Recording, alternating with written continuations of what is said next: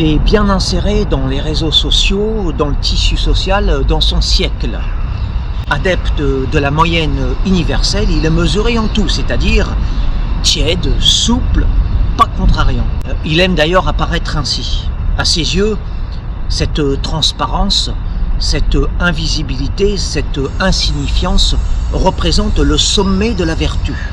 Ne pas faire de vagues, être conforme à la norme en vigueur, c'est-à-dire ressembler à tout le monde, autrement dit à rien, au vent qui passe. Son idéal, adhérer au discours officiel et refuser tous les extrêmes, entendu que ce qui est extrême est fatalement mauvais, regrettable, scandaleux, puisque la pensée ambiante la définit ainsi. Il écoute les radios génériques et ses références culturelles sont celles de la masse, étant donné qu'il en fait partie.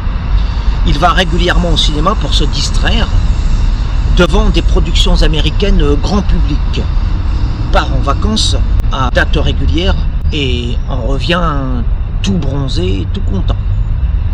Voilà, je viens de faire le tour de la vie de cet anonyme en quelques mots essentiels.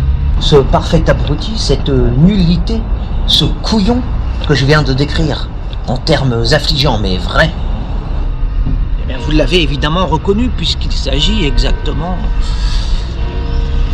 de vous-même.